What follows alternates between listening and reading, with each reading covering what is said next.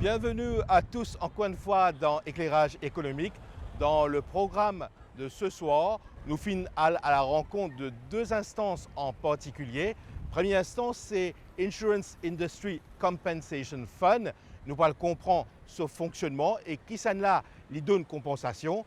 Et l'autre instance auquel nous finissons à la rencontre, c'est Motor Vehicle Insurance Arbitration Committee, MVIAC, pour nous comprendre ce fonctionnement et justement qui dit moun capable et un recours à ça de l'instance là, c'est ça le programme d'éclairage économique ce soir.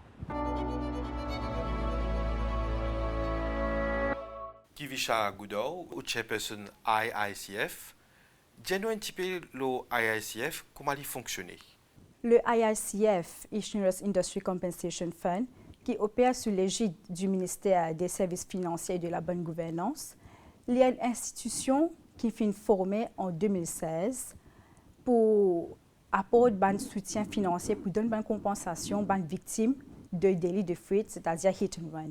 Comparé avec les victimes de road traffic accident, les victimes de hit and run, dans ce cas, spécifiquement, le chauffeur reste introuvable. Alors, ces victimes-là ne sont pas capables n'a aucun recours légal, c'est-à-dire qu'ils ne sont pas capables d'aller à la cour pour poursuivre le chauffeur qui fait une cause d'accident. Et ils ne sont pas capables aussi de poursuivre le chauffeur sur une compagnie d'assurance pour gagner une compensation. Ça va nous dire tous les temps, dans le flou, dans le noir. Nous travaillons en étroite collaboration avec le FSI.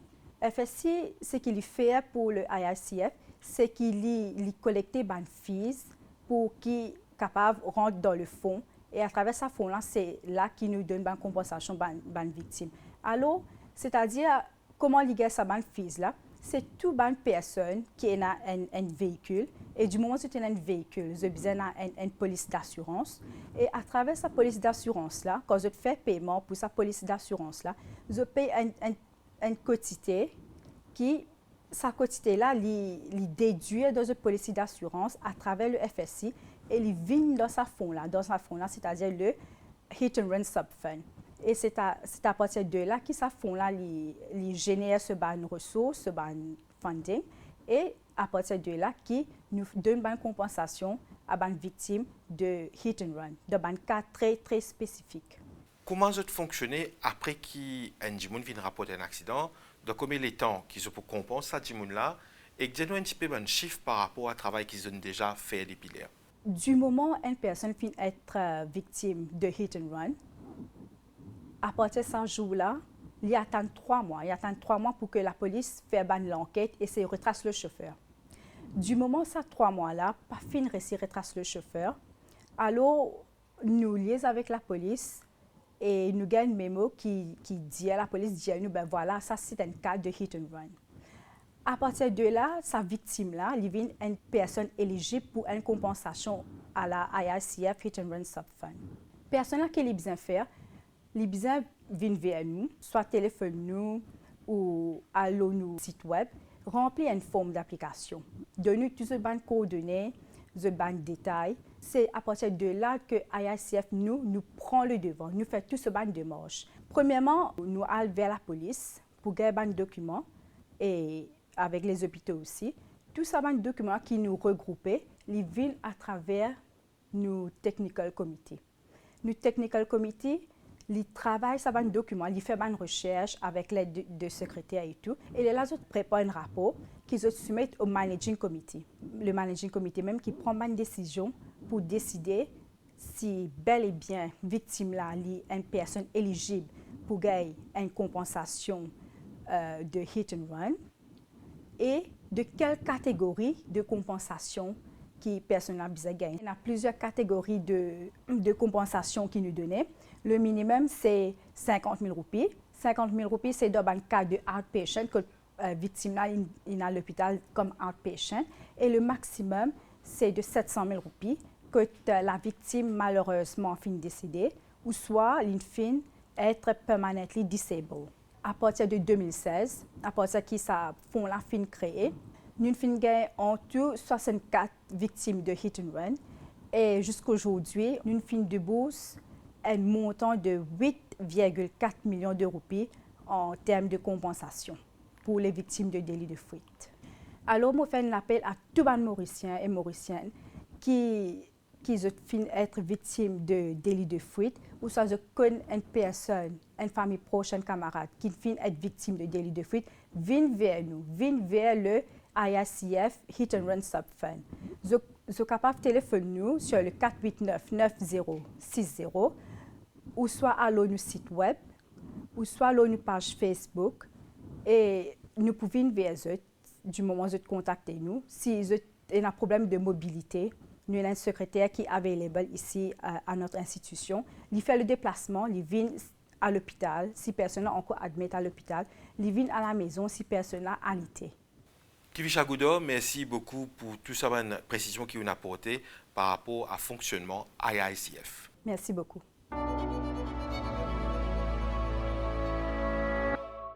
Maître Roubé Shramanjulu, ou Vice Chairperson MVAC, Motor Vehicle Insurance Arbitration Committee, dis-nous c'est quoi ça l'instance là?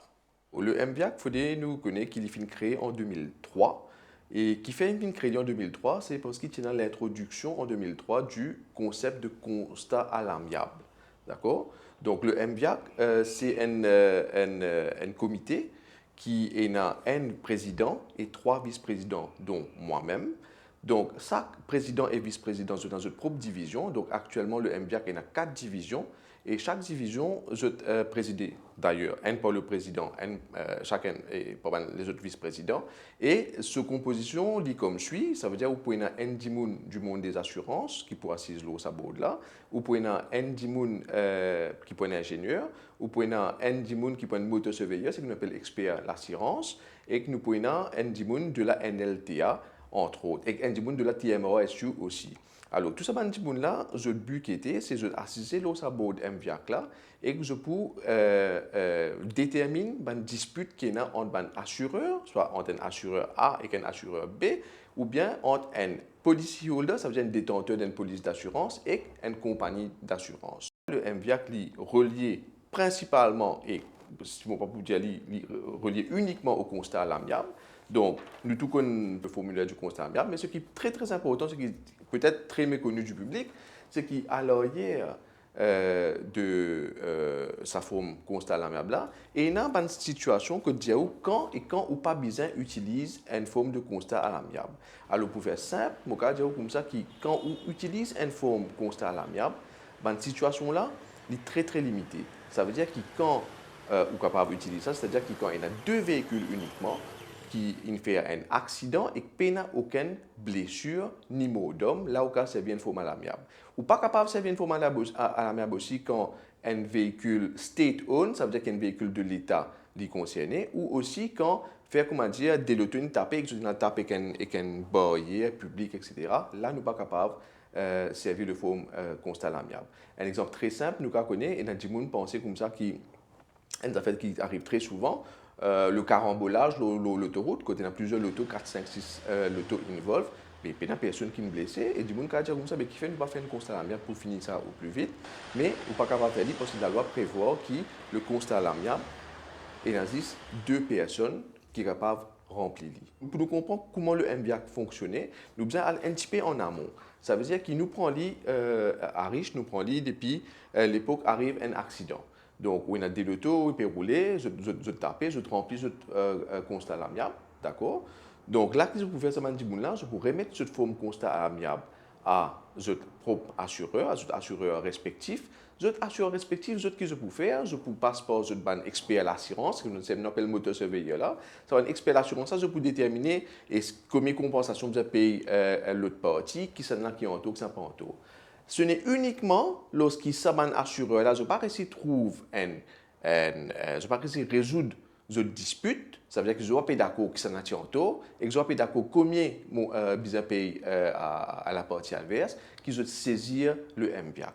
Et comment je fais ça? Donc, qu'arriver, il y a 2 types de personnes qui peuvent saisir le MVAC. Premièrement, il y a la compagnie d'assurance elle-même et il y a l'assuré lui-même, ça veut dire du monde qui est détenteur de la police d'assurance. À partir du moment que je saisis MVAC, Donc, MVAC qui vous fait aller, il y a une fee de 3 000 roupies, un processing fee de 3 000 roupies à payer, qui fait nous mettre ça. Nous mettons ça, premièrement, pour dissuader les gens de faire une application frivole.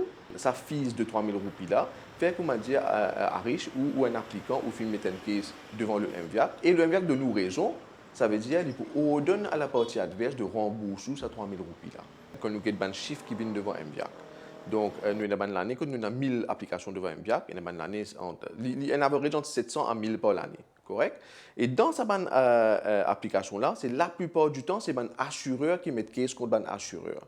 Qui fait ça parce que l'assureur-là, il prend en charge sur l'assuré. Mais il y a une situation quand l'assuré, par exemple, il peut dire comme ça, il n'est pas d'accord avec l'assureur. Donc, là, qu'il fait, il a saisir le MVAC directement. Donc, il peut y avoir ce processing fee de 3 000 roupies pareil.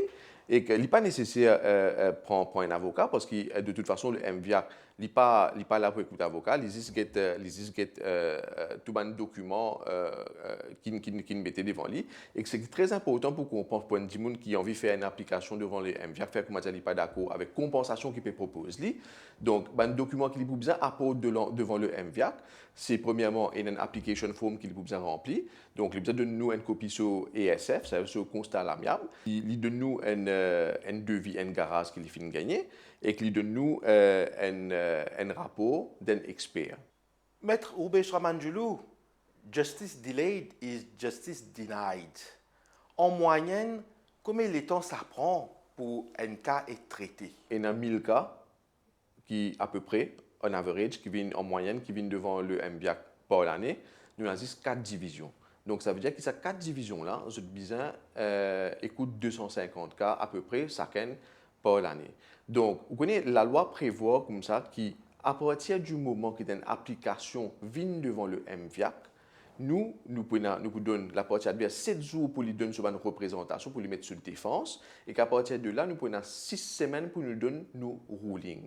Malheureusement, avec le backlog qui nous est là, nous ne sommes pas capables de déterminer ça dans 6 semaines. C'est ça que le public bien comprend. Pas attendre qu'il commence à nous pouvoir déterminer ça dans 6 semaines. Ce n'est pas possible parce que bien souvent, quand une application vient, il y a un document qui manque, etc. Donc, le MVAC besoin de rappeler ce document-là pour dire comme ça, fournissez-nous ce document-là. Donc, si pour répondre à vos questions très simplement, nous demandons l'accord des parties tout le temps pour nous repousser ça délai de 6 semaines. Là. Quand les parties sont d'accord pour repousser ça délai de 6 semaines, là nous allons dire qu'en moyenne, nous sommes capables de rendre un ruling dans, disons, 4 mois, 5 mois. Vous pensez que, quelque part, c'est plus bon le taux qui assuré tout risque comprehensive qui a tendance prend ce cas quand vous n'êtes pas d'accord qui vient devant un MVAC, n'est-ce pas? Peut-être plus de 90%, car bien plus même. C'est tous les véhicules qui assurent tout risque qui viennent devant nous. La raison est très simple. Vous pensez pour ce qui est assuré TS, l'assureuse détermine sa compensation là assez facilement avant. Maître Ubesh Ramanjulu, Vice Chairperson MVAC, merci beaucoup pour tout ce bon détail que vous faites partage avec nous. Merci beaucoup, Harish.